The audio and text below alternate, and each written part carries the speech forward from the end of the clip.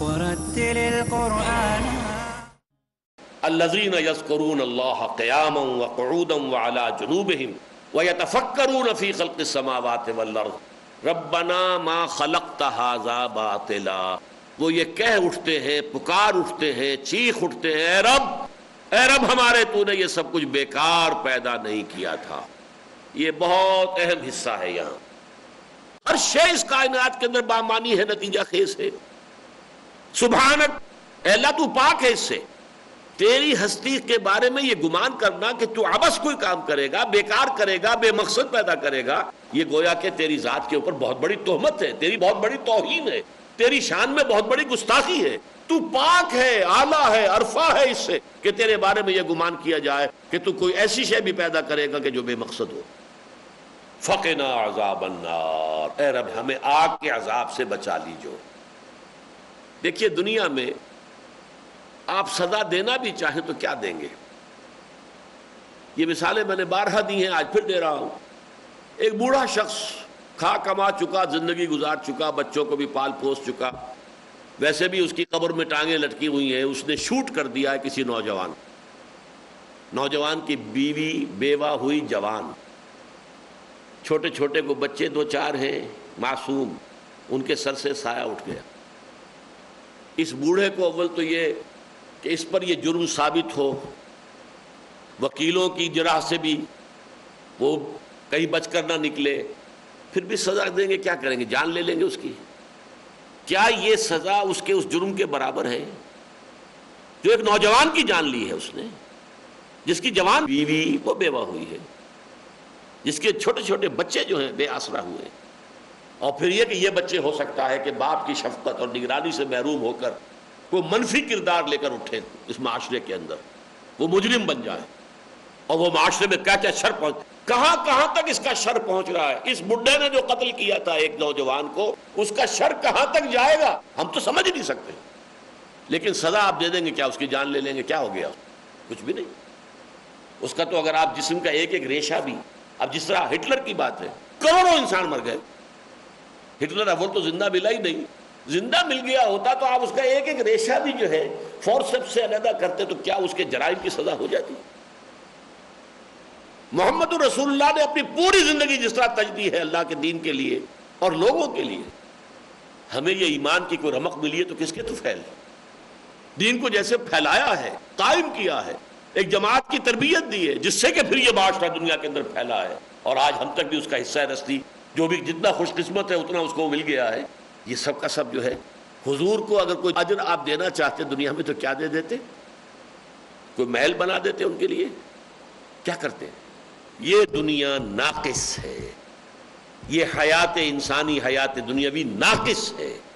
یہ دنیا صاحب ایمان کے لیے تو جیل خانہ ہے، قید خانہ ہے. وجنت الکافر، کافر کے لیے عیش ہے یہاں پر. ان کے لیے جو بھی ہوگا ان کے ساتھ جو بیتے گی وہ آخرت میں آئے گی، جو عذاب الہی ہے آئے گا، جس میں کہ پھر لا یموت فیہا ولا یحیا. لیکن یہاں تو ان کے لیے عیش ہے. الدنیا سجن المومن و جنت الکافر. لہذا ایک دوسری زندگی ہونی ضروری ہے، اور اس زندگی میں یقیناً بدکاروں کو ان کی بدکاری کا پورا صلہ ملے گا. جہنم، فقنا عذاب النار، یہاں آ کر وہ بات ختم ہوتی ہے. یہ گیپ جو تھا یہ میں نے قرآن کے دوسرے مقامات سے، یہی وجہ ہے کہ سورہ قیامہ میں، یہ بھی ہمارے منتخب نصاب کا درس ہے، یہ بھی ہمارے منتخب نصاب کا درس ہے، بہت اہم ایمان کی بحث میں بڑا بنیادی سبق جو ہے وہ یہی ہے کہ وہاں جو قسم کھائی گئی، لا اقسم بیوم القیامہ ولا اقسم بالنفس اللوامہ، نہیں میں قسم کھاتا ہوں قیامت کے دن کی. تمہیں شک ہے قیامت کے واقع ہونے میں، اور میں قسم کھاتا ہوں قیامت کے دن کی. وہ اتنا یقینی ہے، اتنا شدنی ہے، اتنا اٹل ہے، اتنا حتمی ہے کہ میں قسم کھا رہا ہوں. ولا اقسم بالنفس اللوامہ، اور میں قسم کھاتا ہوں نفس لوامہ. یہ تمہارے اندر جسے آپ ضمیر کہتے ہیں، کانشنس ہے. آپ نے کوئی بری حرکت کی، اندر سے کوئی شے ملامت کر رہی ہے. ابھی کسی اور کو تو پتہ ہی نہیں چلا ہے، لیکن آپ کا دل اندر سے آپ سے کہہ رہا تم غلط کام کر رہے ہو، غلط کام کیا تم. یہ ضمیر ہے، نفس لوامہ ہے. آخر آپ کیوں کہتے کانشنس؟ مائی کانشنس از بائٹنگ می، میرا ضمیر مجھے جو ہے کاٹ رہا ہے اندر سے. کیوں؟ کوئی شے ہے اس کے اندر، معلوم ہے کہ ایک شر ہے، جبکہ وہ شر کا ارتکاب کر رہا ہے اس وقت بھی اس کے اندر کوئی شے اسے بتا رہی ہے کہ دیکھو تم نے غلط کام کیا. تو یہ نفس لوامہ گویا کہ خیر اور شر کا علم، یہ امتیاز، یہ تمیز، یہ فطرت میں ہے، یہ فطرت کے بدیہیات میں سے ہے. جیسے اللہ کی معرفت، اللہ کی محبت فطرت میں تھی، آیات آفاقیہ، آیات انفسیہ، آیات قرآنیہ، انہوں نے آ کر اس کو اجاگر کر دیا. یہ کیٹلیٹک ایجنٹس ہیں کہ جو آپ کے اس کیمیکل پروسیس کو جو ہے وہ تیز کر رہے ہیں. اسی طریقے سے فطرت کے اندر بات کیا تھی؟ نیکی نیکی ہے، بدی بدی ہے. اب آج کی دنیا میں تو لوگ کہہ دیتے ہیں کوئی نیکی ویکی نہیں، کوئی بدی نہیں، یہ سب ہمارے کچھ ذہن کے تراشیدہ خیالات ہیں. انگریزی کا تو ایک قول آپ نے بہت سنا ہوگا، نتھنگ از گڈ اور bad, only thinking makes it so. لیکن نہیں، حقیقت یہ نہیں ہے. بہت بڑا دھوکہ ہے، بہت بڑا فریب ہے، بہت بڑی گمراہی ہے. نیکی نیکی ہے، بدی بدی ہے، خیر خیر ہے، شر شر ہے. یہ مورل لا ہے، یہ مستقل ہے، اس میں کوئی تبدیلی ممکن نہیں. یہ ہے قرآن کا سنتھسس. ایمان باللہ کے بعد ایمان بالآخرہ. ربنا انک من تدخل النار فقد اخزیتہ، اے رب ہمارے، تو نے جس کو آگ میں داخل کر دیا اسے تو ذلیل اور رسوا کر دیا. وما للظالمین من انصار، اور یقیناً ایسے ظالموں کے لیے کوئی مددگار نہیں ہوں گے، کوئی بچانے والا نہیں ہو. یہ توحید ہے، کوئی چھڑانے والا، کوئی بچانے والا نہیں. اللہ تعالیٰ کے فیصلے کے آگے کوئی روک اور کوئی آڑ بننے والا نہیں. لمن الملک اليوم للہ الواحد القہار. آج بادشاہی کس کے اختیار میں ہے؟ اختیار کس کے ہاتھ میں ہے؟ صرف ایک ہستی، اللہ الواحد القہار، جو اکیلا ہے، تنہا ہے اور پوری طرح چھایا ہوا ہے. اس کی قدرت کے آگے، اس کے اختیار کے آگے کوئی روک ٹوک نہیں ہے، کوئی آڑے آنے والا نہیں. یہ چیزیں جب حاصل ہو جاتی ہے کسی انسان کو جو سلیم الفطرت ہے، سلیم العقل ہے، اس کی یہ عقل بھی سلیم ہے، سالم ہے، محفوظ ہے، پرورٹڈ نہیں ہے، اور یہ عقل بھی صحیح ہے، درست ہے، ایک سیدھے ایک لاجیکل انداز میں غور و فکر کر کے نتائج اخذ کر سکتی ہے. ان دونوں کے نتیجے میں ایمان باللہ نمبر ایک، اور پھر ایمان بالآخرہ یا ایمان بالمعاد، یہاں تک پہنچ گئے. اب ایسے لوگ جو یہ عقل کی وادیاں طے کر چکے ہوں، دیکھیے مجھے یاد آ گیا اچانک اقبال کا شعر، خرد کی گتھیاں سلجھا چکا میں، میرے مولا مجھے صاحب جنو کر. پہلا مصرع ذہن میں رکھیے، خرد کی گتھیاں جنہوں نے سلجھا لی، وہ سلیم الفطرت انسان جس نے اس کائنات کے گوشے گوشے سے جو گواہیاں مل رہی ہیں، جو شہادتیں مل رہی ہیں، ان سے اور قلب کی گہرائیوں میں جو اللہ تعالیٰ کی ایک معرفت موجود تھی، اس کے حوالے سے اللہ کو پہچان لیا. پھر نیکی اور بدی کا امتیاز جو قلب کے اندر ہے، جو فطرت میں ہے، اس کے حوالے سے، اور یہ کہ یہاں کوئی شے بے نتیجہ نہیں ہے، انہوں نے آخرت کو پہچان لیا. ایسے شخص کے کانوں میں جب کسی نبی کی آواز آتی ہے، وہ ایسے والہانہ لپکتا ہے کہ اسے کوئی دلیل کی ضرورت نہیں. جیسا کہ میں نے شروع میں عرض کیا تھا، صدیقین یہ ہے ایمان سمعی. اب انہوں نے سنا، اب تک ایمان عقلی تھا. ان فی خلق السماوات والارض واختلاف اللیل والنہار لآیات لأولی الالباب، ہوش مند الذین یعقلون، یہ ان کا ایمان عقلی ہے. مزید غور و فکر انہوں نے کیا ہے، تفکر کیا ہے، تذکر کے ساتھ. الذین یذکرون اللہ قیاما وقعودا وعلی جنوبہم ویتفکرون فی خلق السماوات والارض. اب مزید پہنچ گئے آخرت، جزا و سزا. اب جن لوگوں نے یہاں تک رسائی خود حاصل کر لی، جب کسی نبی کی دعوت اس کے کان میں پڑتی ہے تو ان کا رد عمل کیا ہوتا ہے؟ ربنا اننا سمعنا منادیا ینادی للایمان ان آمنوا بربکم فآمنا. اے رب ہمارے، ہم نے سنا ایک ندا کرنے والے، منادی کرنے والے، ایک ندا پکارنے والے کی پکار کو، کہ وہ پکار رہا ہے، ندا کر رہا ہے، آواز لگا رہا ہے، دعوت دے رہا ہے، ان آمنوا بربکم، اپنے رب پر ایمان لاؤ. فآمنا، تو ہم ایمان لے آئے. یہ ہے وہ صدیقین کے ایمان کی کیفیت. کوئی دلیل طلب نہیں کی، کوئی معجزہ طلب نہیں کیا. جنہوں نے معجزے طلب کیے وہ معجزے کے بعد بھی کبھی ایمان نہیں لائے. قوم سمود کو وہ معجزہ دیا گیا جو انہوں نے مطالبہ کیا تھا، لیکن ایمان نہیں لائے. عظیم ترین معجزے حضرت موسیٰ علیہ السلام کے 9 معجزے آل فرعون نے دیکھے، ایمان نہیں لائے۔ حضرت عیسیٰ کے تو معجزے جو ہیں انتہا کے ہیں، جن سے آگے کا کوئی حصی معجزہ ہو ہی نہیں سکتا، لیکن نہیں، ایمان نہیں لائے۔ لوگوں کے جو نہیں دیں گی، کہا جادو ہے، سحر، جادو ہے۔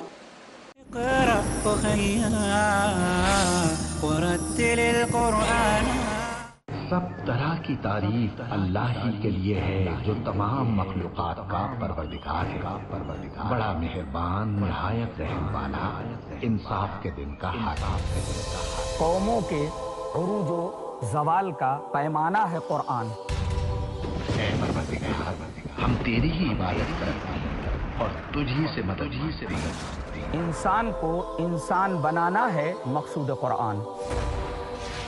ہم کو سیدھے رستے چلا، ان لوگوں کے رستے جن پر تو اپنا فضل و کرم کرتا رہا، نہ ان کے جن پر غصے ہوتا رہا، اور نہ گمراہوں کے۔ عالم دنیا، عالم برزخ، عالم آخرت، ان تینوں مراحل میں کامیابی سے ہمکنار کرنے والا ہے قرآن۔ الف لام میم۔ قرآن سے تعلق کیسے قائم کریں، یہ جاننے کے لیے دیکھیے ہمارا پروگرام فیضان کتاب و سنت، صرف پیس ٹی وی اردو پر۔ حاصل کیجئے وہ تعلیم جو انسانیت کے لیے ہے باعث ہدایت۔ فیضان کتاب و سنت، ہر بدھ رات 7:30 بجے اور دوبارہ صبح 10:30 بجے انڈیا میں پیس ٹی وی اردو پر۔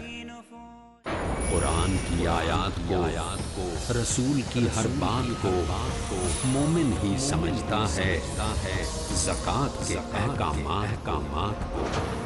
اسلام نے اس کو کس قدر اہمیت دی ہے، کون کون سی خیرخواہی ہے جو ڈاکٹر محمد حماد لکھوی جو اسلام زکوٰۃ کے ذریعے کرتا ہے۔ زکوٰۃ کی بڑی اہمیت ہے تاکہ ایک مسلمان کا سارا مال اللہ تعالیٰ کے ہاں پاک تصور ہو۔ مال کی پاکی اور حفاظت کے لیے، مسلمانوں کی ترقی کے لیے، ایمان کی پختگی کے لیے۔ زکوٰۃ سے اچھے خصائل پیدا ہوتے ہیں، سخاوت ہے، انسانیت کے ساتھ ہمدردی ہے۔ زکوٰۃ کی ادائیگی ضروری ہے مومنانہ زندگی کے لیے۔ زکوٰۃ اللہ تعالیٰ نے جو عائد کی ہے، حافظ صلاح الدین یوسف۔ تو وہ ٹیکس نہیں ہے، یہ ایک عبادت ہے۔ جانیے اس اہم عبادت کا مقصد جس سے سنور جائیں گے مسلمانوں کے حالات۔ احکام زکوٰۃ، کل رات 7:30 بجے اور دوبارہ رات 2:30 بجے انڈیا میں پیس ٹی وی اردو پر۔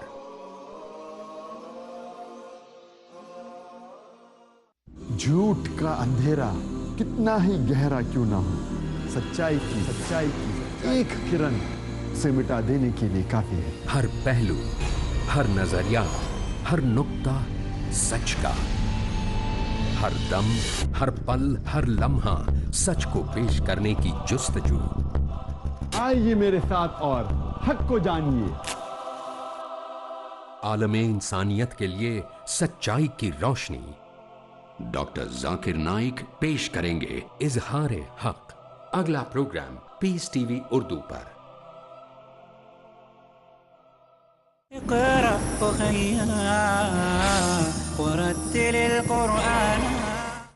لیکن جن کے دل یہاں تک خود پہنچے ہوئے ہیں، چنانچہ اسی کی مثال قرآن حکیم میں اس کردار کی مثال ہے جو حضرت لقمان علیہ السلام، پوری سورت میں ہے، سورہ لقمان آپ کو معلوم ہے 21ویں پارے میں۔ لقمان کون تھے؟ نہ نبی تھے، نہ کسی نبی کے پیروکار تھے، سلیم الفطرت سلیم العقل انسان، اپنے غور و فکر سے، اپنے سوچ سے پہنچ گئے تھے توحید تک بھی، معاد تک بھی۔ آگے کی بات، کسی نبی کی آواز ان کے کان میں آئی نہیں تو ایمان بالرسالت کا وہاں تذکرہ نہیں۔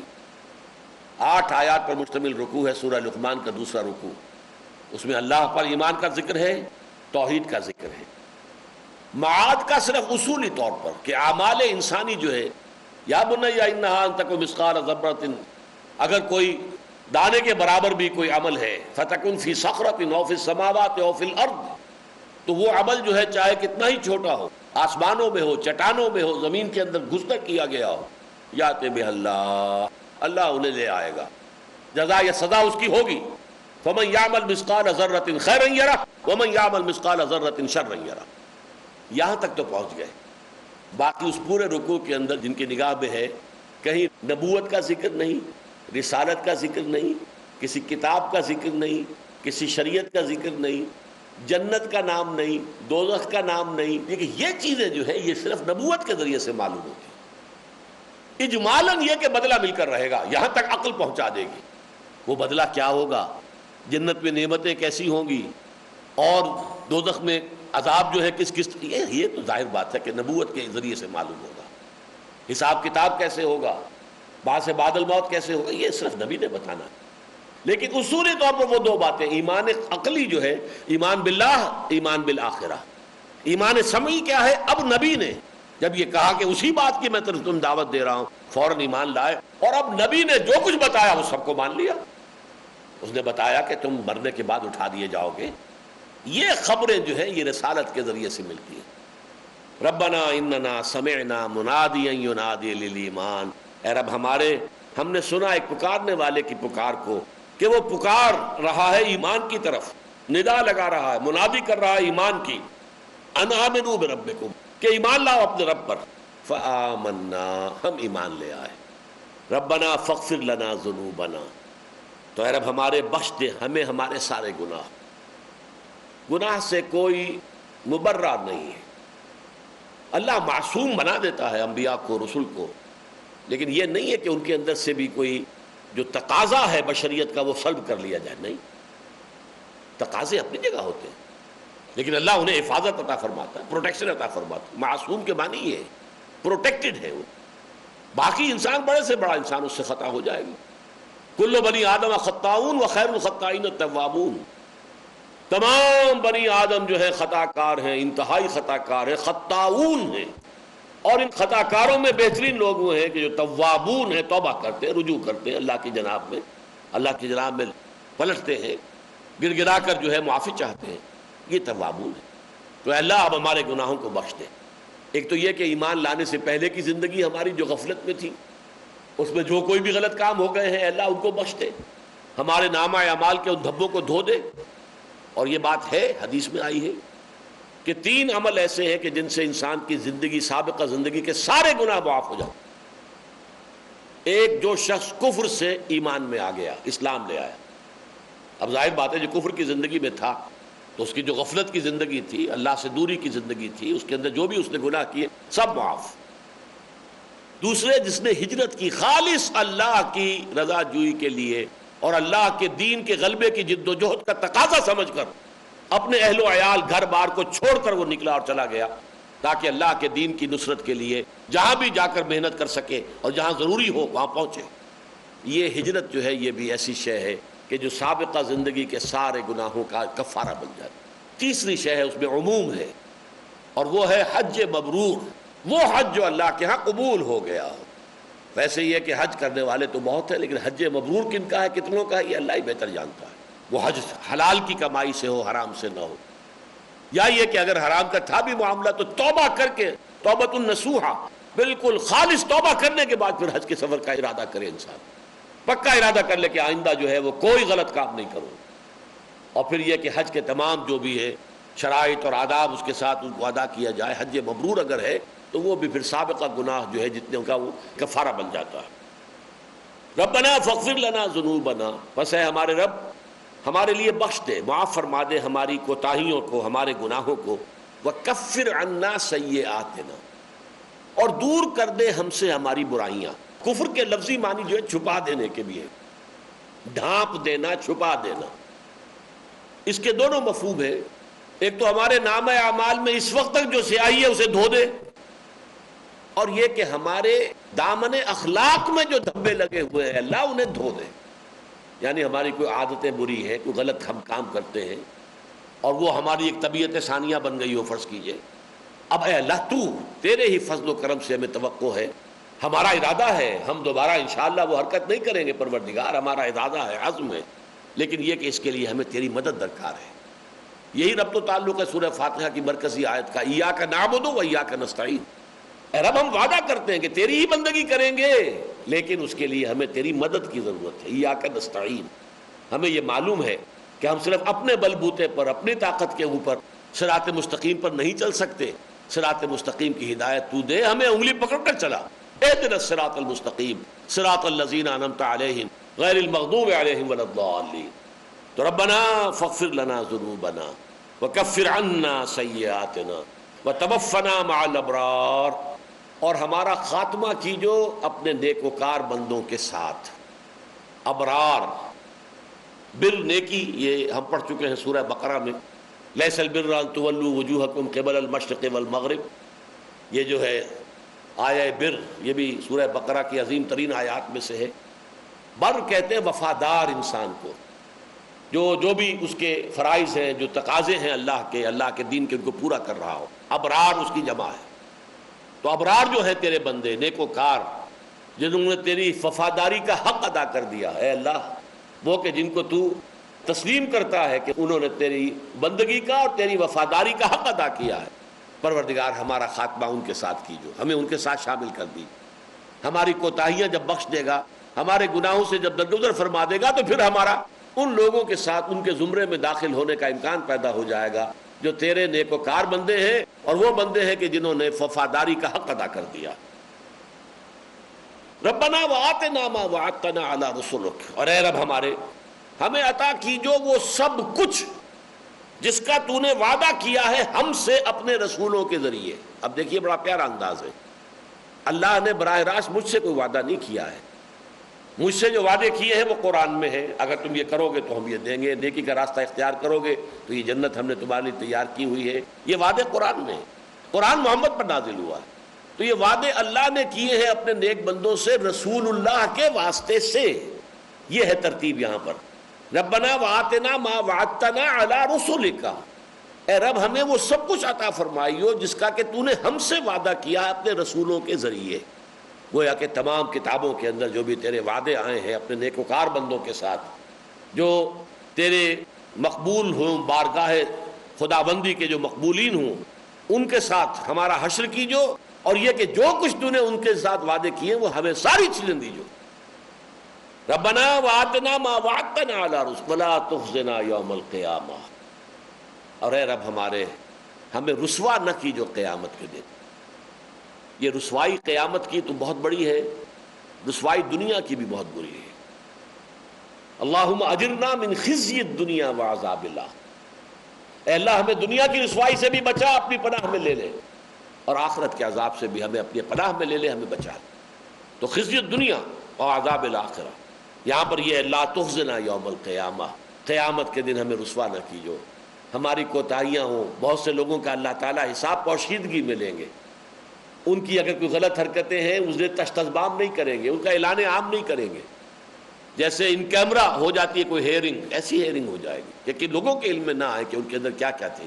فرض کیجئے کہ وہ لوگوں میں ان کا ایک اچھا وقار تھا، ان کی ایک حیثیت تھی، وہ دین کے قائدین میں سے تھے یا داعیین میں سے تھے، خادمین میں سے تھے، کوئی کوتاہی، کوئی کمزوری بشری بنیاد کے اوپر ان کے اندر تھی، تو اب اگر اس کا چرچا وہاں کر دیا جائے تو گویا کہ ان کے لیے رسوائی ہوگی۔ ولا تخزنا یوم القیامہ، اے رب ہمیں معلوم ہے ہماری کوتاہیاں ہیں، ہم پاک نہیں ہیں عیوب سے، لیکن قیامت کے دن ہمیں رسوائی سے بچائی۔ یعنی اگر ہمارا حساب کتاب لینا بھی، علامہ اقبال نے تو بڑے عجیب انداز میں اس کی اللہ سے مناجات کی ہے، تو غنی از ہر دو عالم من فقیر، روز محشر عذرہا از من پذیر۔ اے اللہ تو تو دو عالم سے غنی ہے، تجھے کسی کی نیکی سے کوئی فائدہ نہیں، کسی کی برائی سے کوئی تیرا نقصان نہیں۔ تو غنی از ہر دو عالم من فقیر، میں فقیر ہوں۔ میرے فقیر کا معاملہ کیا ہے کہ عذرہا، قیامت کے دن عذرہا از من پذیر، میرے جو بھی عذرات ہوں گے میں معذرتیں کروں گا، معافیاں مانگوں گا، اے پذیرائی دیجو ان کو، میری معذرتوں کو قبول فرمائیے۔